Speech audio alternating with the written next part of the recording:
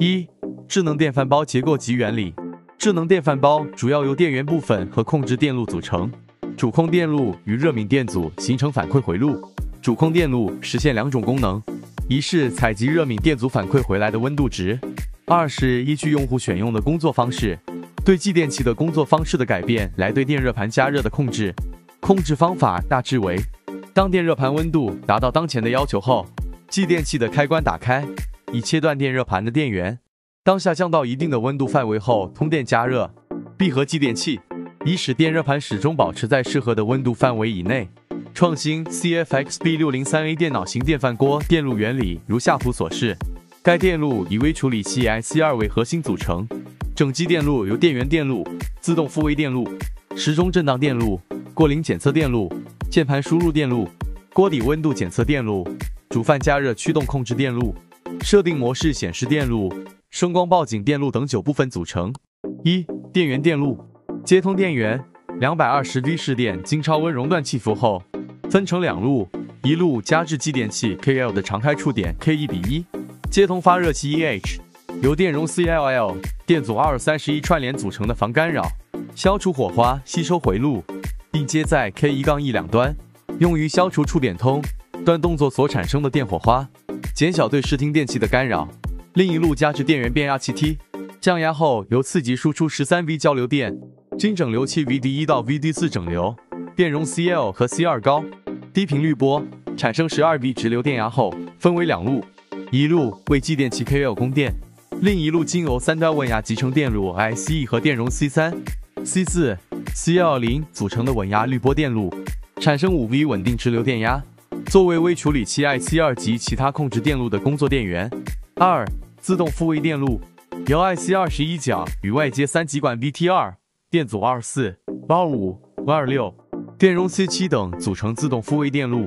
当 IC21 角为低电平时，微处理器内电路复位；当微处理器工作时 ，IC21 角为高电平。3、时钟振荡电路，由 IC2 角与其外接晶体 B、电容 C8 和 C9、电阻 R12 等组成时钟振荡电路。时钟振荡电路产生的振荡频率为4兆赫兹，使微处理器各电路协调工作。4、过零检测电路，由 IC22 角与其外接3极管 VT1、电阻 RL、R2、R3、电容 C5、C6 等组成过零检测电路。该电路的过零检测输入信号取自电源变压器 T 的次级，试电以10幂随周期的过零信号加在 VT1 的基级。当输入电压高于或低于 0.7V 时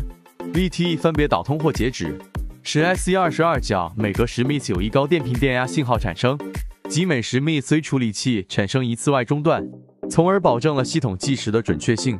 5、键盘输入电路，由 IC2 角与其外接功能选择键 SL、时间增加键 S2、时间减少键 S3、启动停止键 S4 等组成键盘输入电路。当按下任意按键时，经分拉电阻产生不同的电压，送入 IC2 角，经微处理器内部识别电路判定后，执行相应控制程序。其中 SLV 模式选定，可选择的模式包括煮饭、稀粥、煲汤、快煮、保温等。S2 用于增加定时时间，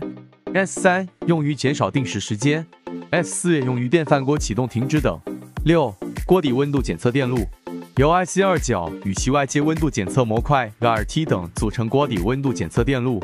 温度检测模块安装在发热器面上，主要用来检测发热器的煮饭温度，其可将温度变化转换成电压信号，经输出端 AUX 加至 IC2 角，经微处理器内部电路转换成相应数据，与预设的各种功能数据进行比较，执行相应的加热控制程序。7、煮饭加热驱动控制电路，由 IC24 角与其外接电阻 R30、3极管 VT3、2极管 VT5、继电器 KL、